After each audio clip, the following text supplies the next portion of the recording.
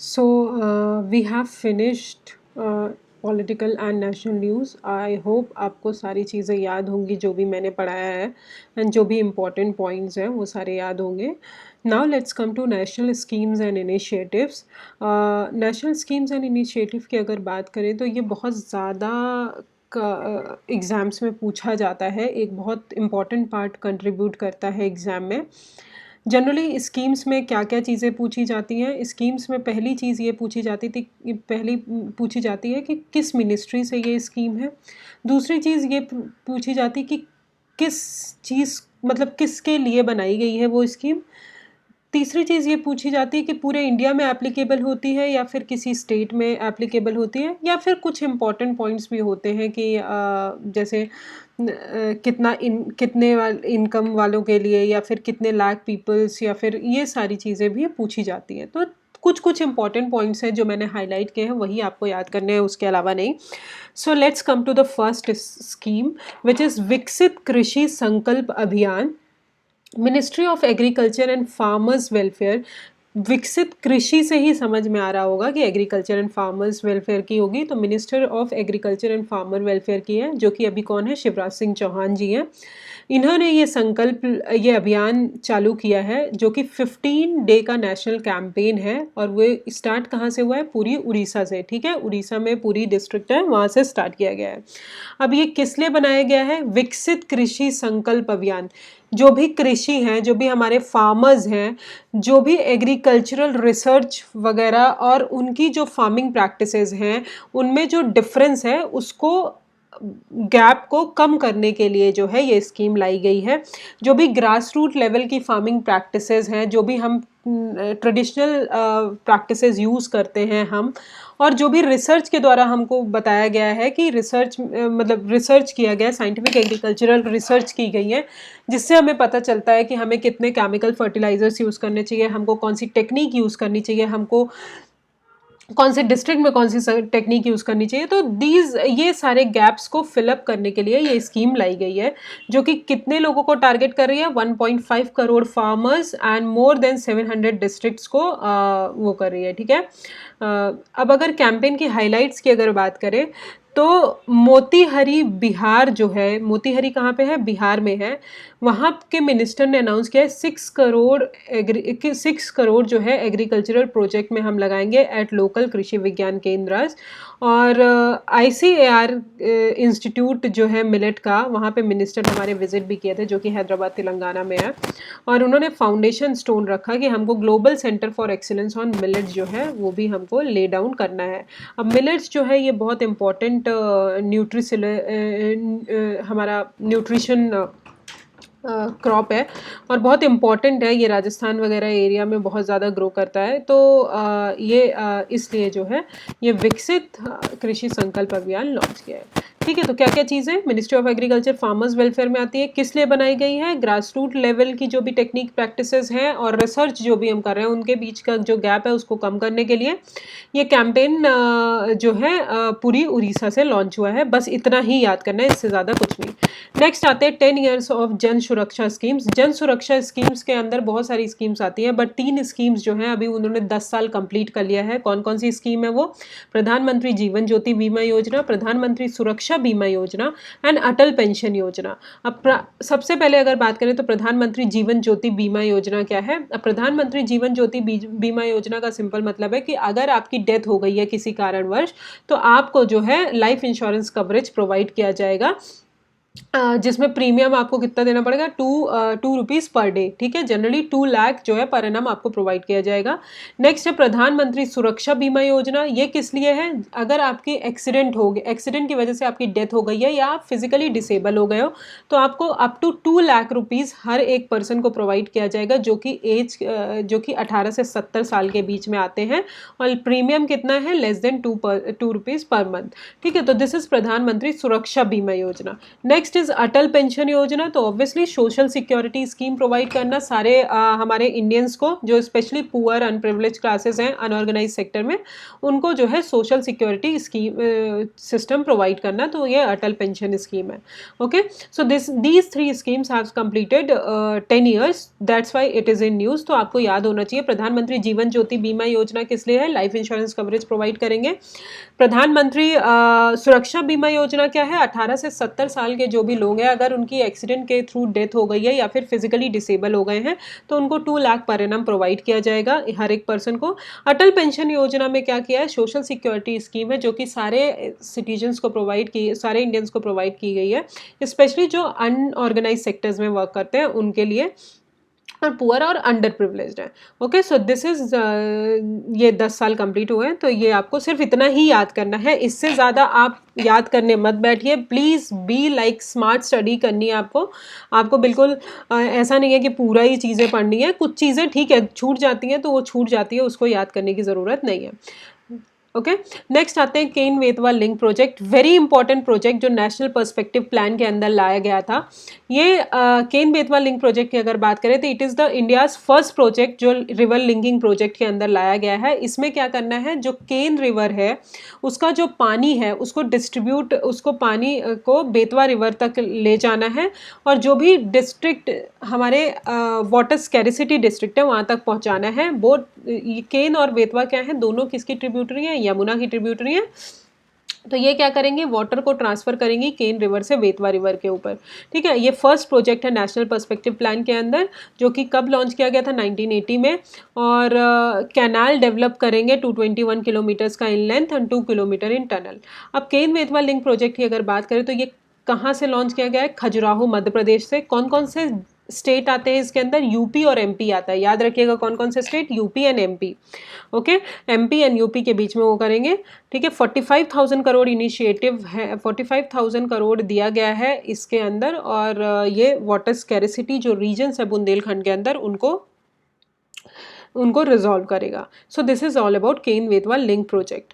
Launch of cruise Bharat mission. Cruise Bharat mission, cruise मतलब cruise Bharat mission की अगर बात करें तो जो हमारा सी के थ्रू, मैरी टाइम के थ्रू, जो हमारी बोट्स के थ्रू पैसेंजर्स जाते हैं उसको बढ़ाने के लिए ये क्रूज भारत मिशन लॉन्च किया गया है। ये कहाँ से लॉन्च किया गया है? मुंबई पोर्ट से। याद रखिएगा, मुंबई पोर्ट से याद किया गया है कि हमको मुंबई पोर्ट से लॉन्च किया गया है।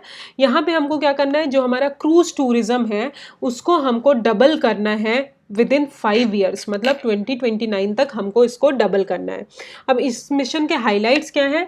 ऑब्वियसली 4 लाख जॉब्स क्रिएट करनी है इंडिया क्रूज सेक्टर में। इंडिया का जो कल्चर है, हिस्टोरिकल कल्चर है, क्रूज सर्किट है, उसको बिल्डअप करना है। इसको 3 फेजेस में लॉन्च किया जाएगा, और मिशन टारगेट कर रहे हैं over 1.5 million river cruise passengers across 5,000 kilometres of operation waterways. Okay, so आपको क्या याद करना है? किस मिनिस्ट्री ने लॉन्च किया? Minister of port, shipping and waterways, जो कि कौन है? सर्बानंद सोनोवाल। क्रूज भारत मिशन किसके कहाँ से लॉन्च किया गया है? मुंबई पोर्ट से लॉन्च किया गया है। क्या करना है? हमको डबल करना है क्रूज पैसेंजर ट्रैफिक को बाय 2029। इट इज़ बस यही 3 लाइनें आपको याद करनी है। अब फेज़ 1 में अगर बात करें तो इंफ्रास्ट्रक्चर को मॉडर्नाइज करेंगे। दूसरा क्या करेंगे? टर्मिनल्स बनाएंगे, सर्किट्स बनाएंगे और उन सर्किट्स को जोड़ेंगे। सो this is all about cruise Bharat mission. Okay, next आते हैं नेशनल इवेंट एंड प्रोग्राम में। तो सबसे पहला है Chenab rail bridge and other की प्रोजेक्ट्स इन कश्मीर। तो आपको पता है प्राइम मिनिस्टर नरेंद्र मोदी जी ने इस बार बहुत सारे जम्मू एंड कश्मीर में डेवलपमेंट किए हैं, और उसी के बाद ये हमारा ऑपरेशन सिंदूर लॉन्च किया जब हमारा अटैक हुआ पहलगाम में। तो कुछ ना कुछ कारण है कि क्या होता है कि जब डेवलपमेंट होने लगता है तो लोगों को पसंद नहीं आता है, जो भी आजू बाजू के पाकिस्तान और जिस भी एरिया के लोग हैं उनको पसंद नहीं आता है, तो कुछ ना कुछ ऐसी हरकतें करते हैं कि वहाँ पे जो है हमारा डेवलपमेंट ना बढ़े, या फिर वहाँ की जनता जो है डेवलपमेंट में हेल्प ना करे। सो ये भी एक इम्पॉर्टेंट न्यूज़ है। ऑपरेशन सिंदूर हमने पढ़ लिया ऑलरेडी पिछले वाले लेक्चर में। तो अब आते हैं Chenab rail bridge and other की प्रोजेक्ट्स इन कश्मीर। तो प्राइम मिनिस्टर नरेंद्र मोदी जी ने अभी इंफ्रास्ट्रक्चर और डेवलपमेंटल प्रोजेक्ट्स लॉन्च किए हैं कुछ जम्मू एंड कश्मीर में। पहला है उसमें से Chenab rail bridge. Chenab rail bridge क्या है? वर्ल्ड का हाईएस्ट रेलवे आर्क ब्रिज है। आर्क शेप का ब्रिज आपको पता होगा, जैसे हमारा अम्ब्रेला रहता है, अम्ब्रेला का ऊपर वाला पार्ट रहता है, दैट इज आर्क शेप। तो आर्क शेप ब्रिज है ये, जो कि 359 मीटर्स अबव लोकेटेड है चेनाब रिवर से। ये क्यों हमने आर्क शेप बनाया? क्योंकि ये जो है अर्थक्वेक सिस्मिक जोन है, जो हमारा जम्मू एंड कश्मीर है वो अर्थक्वेक सिस्मिक जोन है, जहाँ पे अर्थक्वेक बहुत ज़्यादा आते हैं, जिसके कारण क्या होता है कि हमारे जो ब्रिज हैं वो टूटने के चांसेस बहुत बढ़ जाते हैं। इसलिए आर्क शेप ब्रिज बनाया है, क्योंकि ये बहुत ज़्यादा इन सब चीज़ों को एब्जॉर्व कर लेते हैं, अर्थक्वेक का ज़्यादा इम्पैक्ट नहीं पड़ता है। ठीक है, ये हमारी कनेक्टिविटी जम्मू एंड कश्मीर और श्रीनगर से जम्मू से श्रीनगर तक एनहांस करेंगे। ठीक है, और ब्लास्ट प्रूफ बनाया गया है कि कोई भी अगर ब्लास्ट हो रहा है तो ब्रिज को कुछ भी नहीं होगा। तो that is Chenab rail bridge. ठीक है, चेनाब रिवर में। नेक्स्ट है अंजी ब्रिज। अंजी ब्रिज जो है ये एक first cable stayed railway bridge है, जो कि अंजी रिवर, जो कि ट्रिब्यूटरी किसकी है? चेनाब की, उस पर बनाया गया। अब ये केबल स्टेड ब्रिज क्या होता है? अगर आप इलाहाबाद गए होंगे तो इलाहाबाद का न्यू ब्रिज आपने देखा होगा। ब्रिज जो है वो स्ट्रेट लाइन में रहती है, और एक टावर से जो है, एक टावर मतलब बहुत सारे टावर्स रहते हैं, उससे जो है बहुत सारे केबल्स अटैच रहते हैं, तो उसको हम बोलते हैं फर्स्ट केबल स्टेट ब्रिज। ठीक है, ये सेकंड हाईएस्ट रेलवे ब्रिज है। यस, ये याद रखिएगा, चेनाब रेल ब्रिज जो है ये it is the longest bridge, world का लॉन्गेस्ट रेलवे आर्क ब्रिज है। ओके, एंड अंजी प्रोजेक्ट जो है ये भी जम्मू एंड कश्मीर में लॉन्च किया गया है, और ये सेकंड हाईएस्ट रेलवे ब्रिज है, जो कि आफ्टर चेनाब रिवर के बाद आती है। ओके, यहाँ पे इसलिए इसको केबल स्टेट ब्रिज बनाया गया, क्योंकि जो लॉजिकल कुछ चैलेंजेस हैं इसके कारण। नेक्स्ट आते हैं Udhampur Srinagar Baramulla rail link and other project. ये जो है इसका लेंथ जो है 272 किलोमीटर्स का है। ये कंस्ट्रक्ट किया गया है अभी। इसमें बहुत सारे टनल्स और बहुत सारे ब्रिजेस बनाए गए हैं। ये कश्मीर वैली को पूरे इंडिया से कनेक्ट करेगा। ठीक है, और यहाँ पे प्राइम मिनिस्टर जी ने 2 वंदे भारत एक्सप्रेस ट्रेन जो है, जो कि वैष्णो देवी का जो कटरा है, जब हम वैष्णो देवी जाते हैं, और श्रीनगर को कनेक्ट करेगा। और प्राइम मिनिस्टर नरेंद्र मोदी जी ने एक फाउंडेशन स्टोन भी रखा है Shri Mata Vaishno Devi institute of medical excellence, कहाँ पे? कटरा में। सो दिस इज ऑल अबाउट अंजी प्रोजेक्ट। कहाँ है? जम्मू एंड कश्मीर में। चेनाब रेल ब्रिज क्या है? जम्मू एंड कश्मीर में है। चेनाब रेल ब्रिज क्या है? ये हमारा इंडिया का लॉन्गेस्ट, इंडिया का वर्ल्ड का हाईएस्ट आर्क ब्रिज है। एंड अंजी ब्रिज जो है वो केबल स्टेट ब्रिज है। Okay, so these are the 3 news related to Jammu and Kashmir. Next आते हैं NFSU and CFSL campuses in Raipur and Chhattisgarh. तो सिर्फ आपको इतना याद रखना है कि national forensic science university and central forensic science laboratory जो है कैंपस अभी रायपुर छत्तीसगढ़ में खोला है। बस इतना ही न्यूज़ इंपॉर्टेंट है। किसने खोला है? मिनिस्ट्री ऑफ होम अफेयर्स ने। कौन है? अमित शाह जी। ठीक है, तो national forensic science university and central forensic science laboratory कहाँ पे खुली है? रायपुर छत्तीसगढ़ में। नेक्स्ट आते हैं Amrit Bharat station scheme. Very important scheme, because जो भी हमारे स्टेशन हैं, जो भी हमारे रेलवे ट्रैक्स हैं, जो भी हमारी रेलवे ट्रेन्स हैं, वो बहुत पुरानी हो चुकी है। तो अमृत भारत स्टेशन स्कीम के अंदर हमको क्या करना है कि हमारी जो ट्रेन्स हैं, हमारी जो रेलवेज हैं, हमारा जो स्टेशंस हैं, रेलवे स्टेशंस हैं, उनको हमको न्यू डेवलप करना है, मॉडर्न टेक्नोलॉजी के थ्रू डेवलप करना है। तो ये जो है और ये इवेंट कहाँ पे लॉन्च की गई है? ये स्कीम बीकानेर राजस्थान में लॉन्च की गई है। अब ये स्कीम लॉन्च किसने की है? मिनिस्ट्री ऑफ रेलवे ने की है। हमको क्या करना है? 1309 रेलवे स्टेशन जो हैं उनको मॉडर्न टेक्नोलॉजी के थ्रू रीडेवलप करना है। अब इसमें कौन कौन सी रेलवे स्टेशन आते हैं वो इम्पॉर्टेंट है। फॉर एग्जाम्पल द्वारिका का द्वारिकाधीश टेम्पल, अहमदाबाद में Modhera sun temple, Kumbakonam Chola dynasty, और गुरुग्राम में मॉडर्न अर्बन डिज़ाइन। ठीक है, so these are the things जो हमको स्टेशंस को मॉडर्नाइज करना है। तो अमृत भारत स्टेशन स्कीम में स्टेशन को मॉडर्नाइज करने की बात की है, मिनिस्ट्री ऑफ रेलवे ने लॉन्च किया है। नेक्स्ट आते हैं wave summit 2025। Prime minister Narendra Modi ने अभी इनॉग्रेट किया है मुंबई में, और ये ऑरेंज इकोनॉमी है। ऑरेंज इकोनॉमी को हम क्या बोलते हैं? जो हमारी क्रिएटर इकोनॉमी भी कहलाती है, वो बोलते हैं। आपको पता है आजकल कंटेंट क्रिएटर बहुत ज़्यादा इंक्रीज़ हो रहे हैं, इन्फ्लुएंसर इंक्रीज़ हो रहे हैं बहुत ज़्यादा, क्योंकि एजुकेशन के बारे में इन्फ्लुएंस कर रहा है, कोई कोई ट्रैवलिंग के बारे में कर रहा है, कोई फैशन के बारे में कर रहा है, कोई हेल्थ के बारे में कर रहा है। तो बहुत सारे कंटेंट क्रिएटर और इन्फ्लुएंसर बढ़ गए हैं हमारे। आप इंस्टाग्राम अगर चलाते होंगे, फेसबुक चलाते होंगे, तो आपने देखा है बहुत सारे अवार्ड्स भी उनको मिल रहे हैं। दे आर अर्निंग, मतलब सबसे ज़्यादा अर्न कर रहे हैं आजकल वो। तो उन्हीं को जो है इंडिया का जो परफॉर्मेंस है ऑरेंज इकोनॉमी में, उसको बढ़ाने के लिए। तो क्वेश्चन क्या आ सकता है, व्हाट इज़ ऑरेंज इकोनॉमी? आपको पता होना चाहिए, क्रिएटर्स इकोनॉमी उसको बोलते हैं। अभी वेव समिट कहाँ हुआ है? मुंबई में हुआ है। अब की हाइलाइट्स की अगर बात करें तो वेव्स बाजार जो है वो introduced as a global e marketplace for Indian content creators.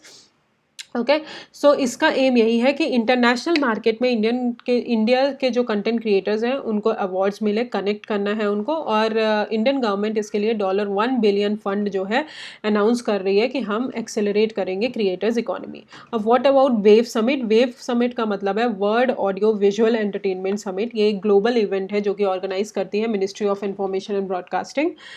Innovation, regulation, investment जो है मीडिया का, इन सब चीज़ों को बढ़ाती है। और इस बार का टैगलाइन क्या है? Connecting creators and connecting countries. So this is all about हमारा वेव समिट। नेक्स्ट आते हैं what is orange economy. Orange economy is known as creative economy, जो कि वो इकोनॉमिक एक्टिविटीज़ है जो क्रिएटिविटी, कल्चर और इंटेलेक्चुअल प्रॉपर्टी को बढ़ाती है। आर्ट, मीडिया, डिज़ाइन, फैशन, ये सब इसके अंदर आते हैं। और first time orange economy term किसने पॉपुलराइज किया था? फिलिप ब्यूट्रेगो ने and Ivan Duque. I hope I am pronunciation is right, so I am sorry if अगर कुछ गलत है तो आप प्लीज़ एक बार देख लीजिएगा, but that is it. Okay, so this is all about wave summit. Next आते हैं national zero measles rubella elimination campaign. National union ministry जो है हेल्थ की और फैमिली वेलफेयर की, उन्होंने अभी लॉन्च किया है national zero measles rubella elimination campaign 2025 and 26। ठीक है, ये लॉन्च हुआ था फर्स्ट डे जो वर्ल्ड इम्यूनाइजेशन वीक आया था उस टाइम पे। की हाइलाइट्स यही है कि हमको मीजल्स और रूबेला को एलिमिनेट करना है बाय 2026। अब मीजल्स और रूबेला की अगर बात करें तो ये यूनिवर्सल इम्यूनाइजेशन प्रोग्राम के अंदर आते हैं, जहाँ पे हमको वैक्सीन्स प्रोवाइड करनी है फ्री ऑफ कॉस्ट जितने भी चिल्ड्रन हैं, all eligible children at 9 to 12 months and 16 to 24 months of age. Okay, अब मीजल्स एंड रूबेला क्या है वो आप हमें कौन से ये वायरस से होती हैं या फिर बैक्टीरिया से होती हैं, किस चीज़ से होती हैं, ये आप मुझे कमेंट सेक्शन में बताएंगे। मीजल्स एंड रूबेला किस चीज़ से होती है? ठीक है, नेक्स्ट आते हैं काशी तमिल संगम 3.0। ये अभी वाराणसी उत्तर प्रदेश से स्टार्ट किया गया है। ये मिनिस्ट्री ऑफ एजुकेशन कोलैबोरेट करके गवर्नमेंट ऑफ यूपी के साथ लॉन्च किए हैं। यहाँ पे क्या करना है कि जो भी डीप रूटेड सिविलाइजेशन है हमारा, जो हमारा कनेक्शन था यूपी और तमिलनाडु का, उसको बढ़ाना है। ठीक है, ये और ये फर्स्ट टाइम कहाँ से स्टार्ट किया गया? महाकुंभ प्रयागराज से, न्यूली इनॉग्रेटेड राम मंदिर इन अयोध्या। और सेज अगस्टस का सेंट्रल थीम की अगर बात करें तो सेज अगस्टस का जो कंट्रीब्यूशन था इंडिया के कल्चर में, उसको वो उसके अराउंड घूमता है। एक भारत श्रेष्ठ भारत के अंदर प्राइम मिनिस्टर नरेंद्र मोदी ने इसको लॉन्च किया है और ये होल ऑफ गवर्नमेंट अप्रोच है। So this is all about Kashi Tamil Sangam 3.0। अब आते हैं कुछ रिपोर्ट एंड इंडाइसेस पे जो कि इंपॉर्टेंट है। तो आपको रिपोर्ट एंड इंडाइसेस में अगर हम बात करें तो क्या हमको पढ़ने की ज़रूरत है? पहली चीज़ कि कौन सी मिनिस्ट्री या कौन सी ऑर्गेनाइजेशन या कौन से थिंक टैंक ने इसको रिलीज़ किया है, और क्या कुछ इंपॉर्टेंट पॉइंट, और कौन से स्टेट इसमें टॉप किए हैं, इंडिया का क्या रैंक है। अदरवाइज इसके अलावा आपको रिपोर्ट्स और इंडाइसेस में कुछ भी नहीं पूछने की ज़रूरत है, कुछ भी नहीं पढ़ने की ज़रूरत है, बिकॉज उससे ज़्यादा कुछ पूछा नहीं जाता है। तो जब भी आप देखेंगे रिपोर्ट एंड इंडाइसेस में, तो आपको सिर्फ उस कौन सी ऑर्गेनाइजेशन ने रिलीज़ किया है वो पूछेगा, और कौन सा बेस्ट परफॉर्मर है और वर्स्ट परफॉर्मर है। उससे ज़्यादा आप कुछ भी मत याद करिएगा इसमें, और वही उतना ही मैं आपको पढ़ाऊंगी, फालतू टाइम वेस्ट नहीं करना है अपन को। ठीक है, सो परफॉर्मेंस ग्रेडिंग इंडेक्स 2.0 ये मिनिस्ट्री ऑफ एजुकेशन ने अभी निकाला है। तो परफॉर्मेंस ग्रेडिंग इंडेक्स किसने निकाला है? मिनिस्ट्री ऑफ एजुकेशन ने निकाला है। ये क्या है? ये एक एविडेंस बेस्ड टूल है जो कि हमारे स्कूल के एजुकेशन सिस्टम को हर स्टेट और यूटी में मेजर करता है, उनकी परफॉर्मेंस को मेजर करता है। ये नेशनल एजुकेशन पॉलिसी 2020 और सस्टेनेबल डेवलपमेंट गोल जो है इनके साथ अलाइन किया गया है। ठीक है। तो 6 डोमेन्स के अंदर आते हैं learning outcomes, access, infrastructure facility, equity, governance, process, teacher education and training. 1000 points पे दिया जाता है। दक्ष और आकांक्षी जो है, दक्ष जो है वो टॉप मोस्ट स्टेट्स को दिया जाता है और आकांक्षी जो है लोवेस्ट को दिया जाता है। ठीक है। तो परफॉर्मेंस ग्रेडिंग इंडेक्स कौन रिलीज करता है? Ministry of education. This is the first point you have to remember. Second, किस लिए है? एविडेंस बेस्ड टूल है जो स्कूल के एजुकेशन सिस्टम है उनकी परफॉर्मेंस को उनकी परफॉर्मेंस को देखता है, इवैल्यूएट करता है। कौन से गोल से अलाइन है? नेशनल एजुकेशन पॉलिसी और सस्टेनेबल डेवलपमेंट गोल से अलाइन है और 6 डोमेन्स में मेजर किया जाता है। ठीक है।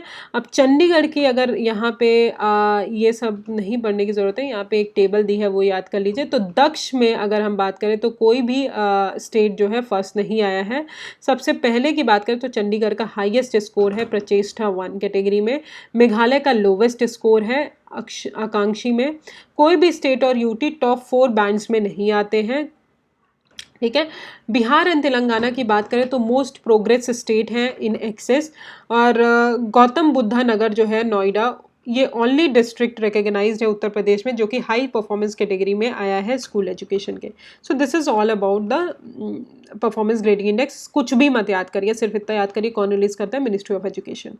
नेक्स्ट आते हैं India's justice report. India's justice report कौन रिलीज करता है? टाटा ट्रस्ट और कुछ थिंक टैंक हैं, centre for social justice, common cause, commonwealth human right initiative, Daksh, TIS, TISS Prayas and Vidhi centre for legal policy.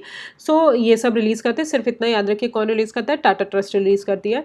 अब ये 4 मेन पिलर्स में इंडिया की जस्टिस को बताते हैं: police, judiciary, prison and legal aid. Okay. और ओनली 25 स्टेट्स कवर होते हैं, याद रखिएगा। और सिर्फ 25 स्टेट कवर होते हैं, यूटी कवर नहीं होती और 3 स्टेट और कवर नहीं होते। कौन कौन से? असम, मणिपुर, नागालैंड। तो ये इंपॉर्टेंट पॉइंट है कि इसमें सिर्फ 25 स्टेट। अगर क्वेश्चन ऐसे आ सकता है कि सारे स्टेट कवर होते हैं, नहीं, सारे स्टेट नहीं होते। It is only covering 25 state.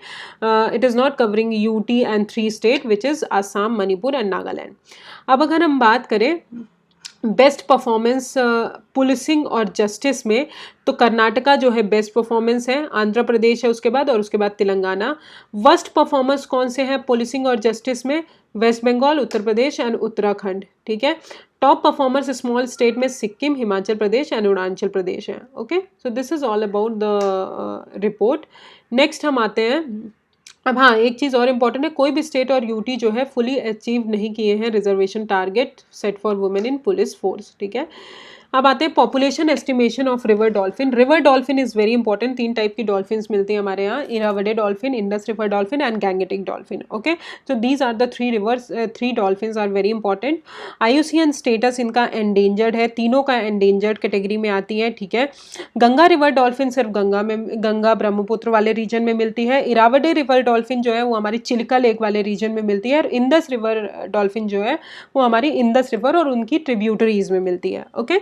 So prime minister Narendra Modi ने इंडिया का पहला कॉम्प्रिहेंसिव पॉपुलेशन एस्टिमेशन जो है गैंगेटिक और इंडस रिवर डॉल्फिन का रिलीज किया है। अब इसमें ये क्या बताएंगे कि जो भी रिवर डॉल्फिन्स हैं वो हमारी क्या क्या चैलेंजेस फेस कर रही हैं, उनका स्टेटस क्या है, उनका डिस्ट्रीब्यूशन कहाँ है, वो सारी चीज़ें। अब फाइंडिंग्स क्या है इसकी, ये किसने पॉपुलेशन ये एस्टिमेट किसने किया है? World institute of India, wild life institute of India under union environment ministry जो है, WII जो है इसको कंडक्ट की है। कौन कौन सी गंगा, ब्रह्मपुत्र, इंडस रिवर बेसिन को कवर करती है? इन्होंने बताया है कि 6,327 गैंगेटिक डॉल्फिन्स हैं और ये only 3 Indus river dolphin in Beas river. ठीक है। सिर्फ 3 ही इंडस रिवर डॉल्फिन पाई जाती हैं ब्यास रिवर में, पंजाब में। अब highest number of Gangetic river dolphin की अगर बात करें तो सबसे ज़्यादा गंगा रिवर कहाँ से? यूपी बिहार से होती है, तो यूपी में सबसे ज़्यादा पाई जाएंगी obviously, then Bihar, then west Bengal. Okay. अब अगर लीगल प्रोटेक्शन की बात करें तो हमने बताया कि तीनों का स्टेटस एंडेंजर्ड है और schedule 1 wild life protection act के अंदर शेड्यूल 1 में आती है। अब मुझे आप एक चीज़ बताइएगा, अगर आपने बहुत अच्छे से पढ़ाई की है तो वाइल्ड लाइफ एक्ट जो है अभी अमेंड किया गया है, उसके अंदर कितने शेड्यूल्स अभी आते हैं? ठीक है। अभी रिसेंटली अमेंड किया गया था। अब अगर कोल्ड स्पॉट की बात करें तो लो डॉल्फिन डेंसिटी कहाँ पे पाई जाती है? नरोरा, कानपुर स्ट्रेच जो गंगा का है वहाँ पे, Farrukhabad Kannauj stretch, Kaushambi Chitrakoot stretch, Pilibhit and Balrampur Siddharthnagar stretch. Hotspot की बात करें तो बिहार में सबसे ज़्यादा पाई जाती है, फिर उत्तर प्रदेश, ठीक है। चौसा मनिहार स्ट्रेच बिहार का है, मनिहार टू राजमहल। यहाँ पे हाई डॉल्फिन अकरेंस अगर बात करें तो बिहार में attributed to deeper river channels. So this is all about river dolphin. Next आते हैं एक्सपेंडिचर ऑन हायर एजुकेशन। तो नीति आयोग ने अभी रिलीज की है report expanding quality higher education through state and state public universities. अब ये फर्स्ट काइंड की पॉलिसी डॉक्यूमेंट है जो कि स्टेट के हायर एजुकेशन सेक्टर पे फोकस कर रही है और स्टेट की पब्लिक यूनिवर्सिटीज़ पे। बाकी आपको कुछ याद करने की जरूरत नहीं है, सिर्फ इतना याद रखिए नीति आयोग रिलीज कर दिया।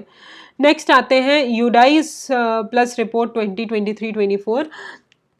ये रिपोर्ट हमको क्या बताती है कि किसी ने रिलीज पर्टिकुलर नहीं किया है, इसमें इंपॉर्टेंट बस यही है कि हमारी जो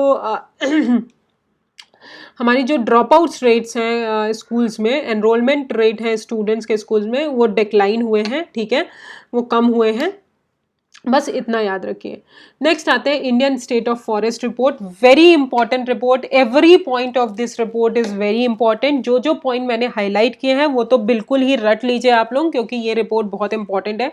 Indian state of forest report forest survey of India निकालता है, ये ministry of environment forest and climate change के अंदर आती है। ये एक बायएनियल रिपोर्ट है, मतलब 2 साल में एक बार आती है, और इस बार की रिपोर्ट जो है वो 18th रिपोर्ट है। ओके तो सबसे पहले हम पढ़ते हैं कि what is forest cover mapping. Forest cover हम कैसे मेजर करते हैं। तो पहली चीज कि लैंड का एरिया जो है वो 1 हेक्टेयर से ज्यादा होना चाहिए, और कैनोपी, कैनोपी मतलब कितना एरिया कवर करता है एक ट्री का, जो कैनोपी ऊपर का पार्ट होता है वो कितना एरिया, मोर देन 10% होना चाहिए, तो उसको हम बोलते हैं फॉरेस्ट कवर। उसकी डेफिनेशन यही है। वेरी डेंस फॉरेस्ट की अगर बात करें तो कैनोपी डेंसिटी 70% से ज्यादा होनी चाहिए।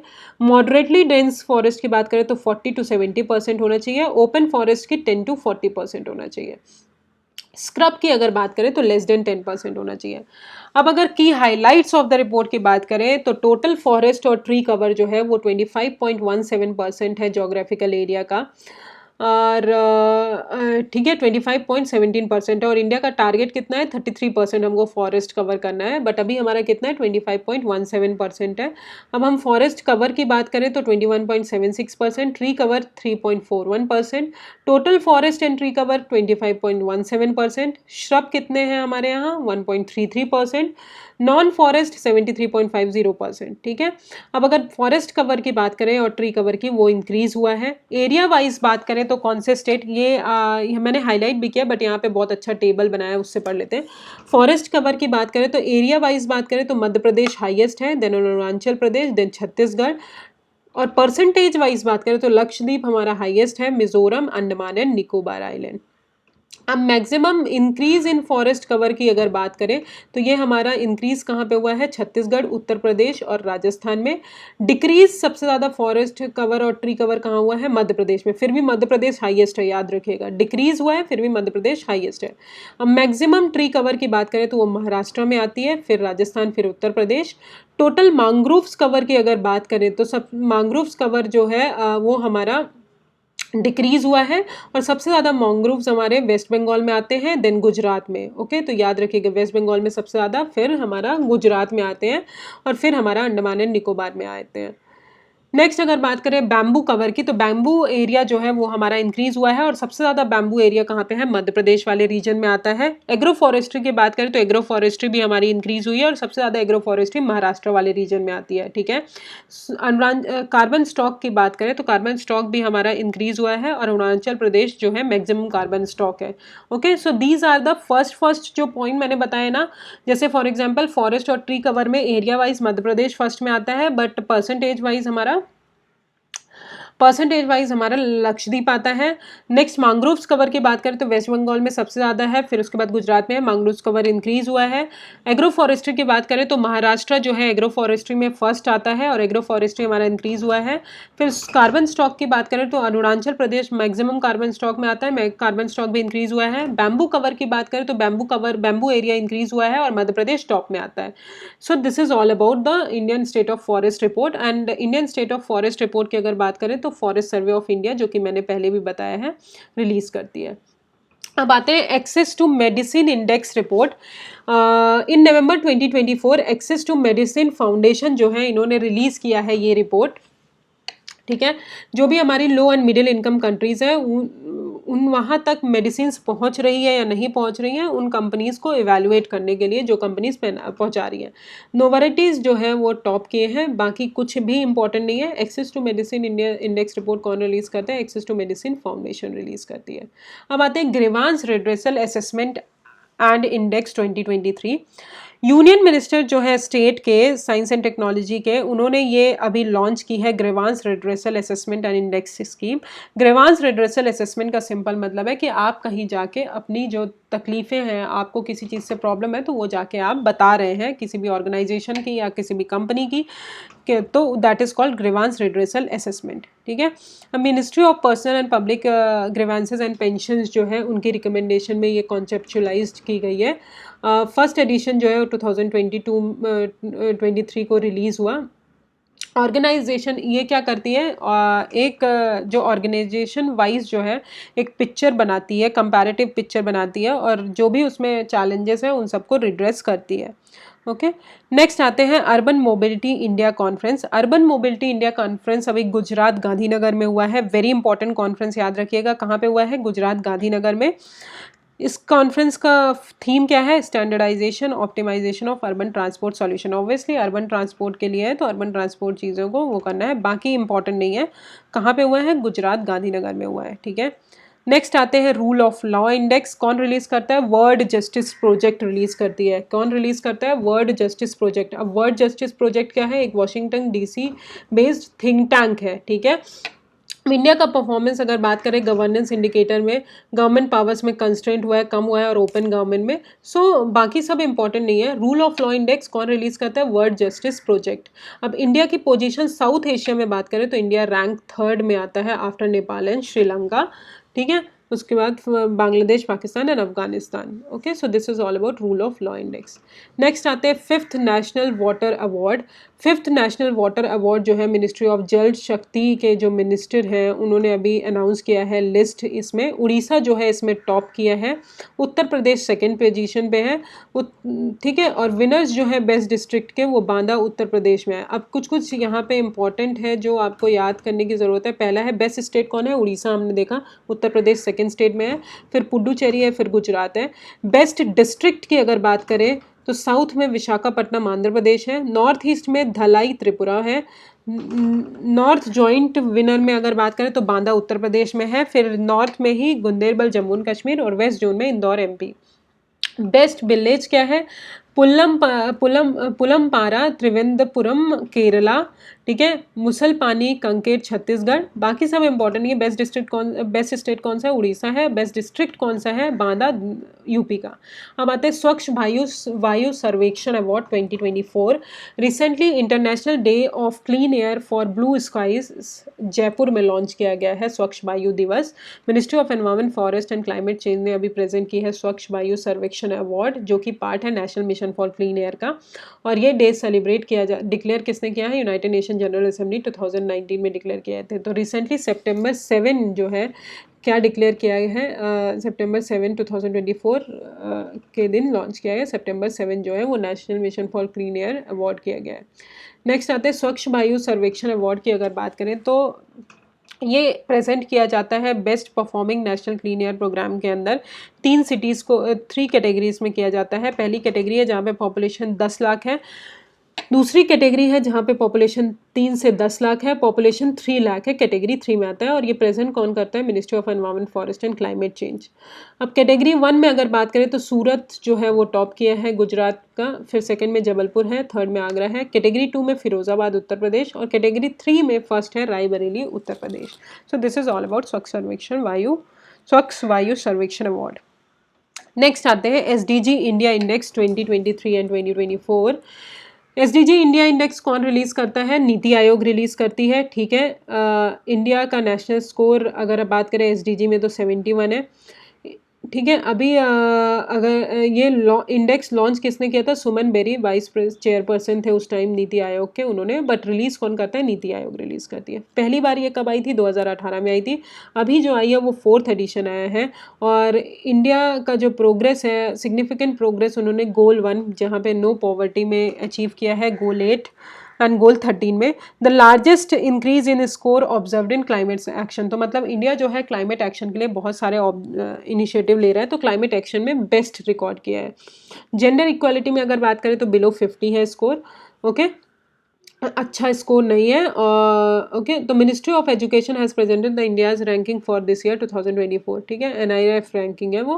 तो SDG इंडिया इंडेक्स जो है वो कौन रिलीज करता है? नीति आयोग। अब आते हैं NIRF रैंकिंग 2024 कौन निकालता है? Ministry of education. National institutional ranking framework कौन निकालता है? Ministry of education. याद रखिएगा कौन निकालता है? Ministry of education. अब इसमें अगर बात करें तो IIT मद्रास जो है वो टॉप किया है, फिर IIT बेंगलुरु है, फिर बॉम्बे है। टॉप यूनिवर्सिटीज़ की बात करें तो Indian institute of science Bengaluru है, जवाहरलाल नेहरू यूनिवर्सिटी सेकंड में आती है, जामिया मिलिया इस्लामिया और बनारस हिंदू यूनिवर्सिटी।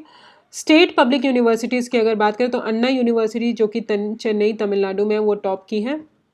इंडिया का रैंकिंग टॉप कॉलेजेस में बात करें तो हिंदू कॉलेज जो है दिल्ली का वो टॉप किया है, फिर मिरांडा हाउस सेकंड में आता है, स्टीफेंस कॉलेज दिल्ली का ही थर्ड में आता है। ओके, बाकी सब कुछ भी इंपॉर्टेंट नहीं है, सिर्फ इतना याद रखिए कि मिनिस्ट्री ऑफ एजुकेशन रिलीज करती है NIRF रैंकिंग। नेक्स्ट आते हैं travel and tourism development index कौन रिलीज करता है? World economic forum. Very important index, बहुत बार पूछा गया है हर पेपर्स में। तो travel and tourism development index 2024 का कौन रिलीज किया है? वर्ल्ड इकोनॉमिक फोरम रिलीज करती है, ठीक है, इतना याद करने की ज़रूरत है। रैंक USA फर्स्ट है, स्पेन है, फिर जापान, फिर फ्रांस, ऑस्ट्रेलिया। ओके, सो बाकी और कुछ भी ज़्यादा इंपॉर्टेंट नहीं है। इंडिया का रैंकिंग जो है 39th पोजीशन में। इंडिया का रैंक कौन सा है? 39th। इंडिया का रैंक कौन सा है? 39th। ओके, अब आते हैं QS world university ranking. India ने अभी बेस्ट एवर परफॉर्मेंस रिसीव किया है QS वर्ल्ड यूनिवर्सिटी रैंकिंग में, और IIT दिल्ली जो है वो टॉप रैंक्ड है। इंडिया जो है 54th पोजीशन पे आता है। Okay, so this is all about QS world university ranking. Okay, next is miscellaneous. I will cover tomorrow. Thank you so much. If you have any problem just comment me on the comment section, और कोई भी दिक्कत हो, जो भी मैं question पूछती हूँ प्लीज़ कमेंट सेक्शन में आंसर करिए, because it will help us to evaluate कि आप कैसे पढ़ रहे हैं और क्या है आपको, ठीक है, कुछ चीज़ें। बाकी आपको जो भी लगता है कुछ कमी है तो आप मुझे कमेंट सेक्शन में सजेस्ट कर सकते हैं। Thank you so much, good luck.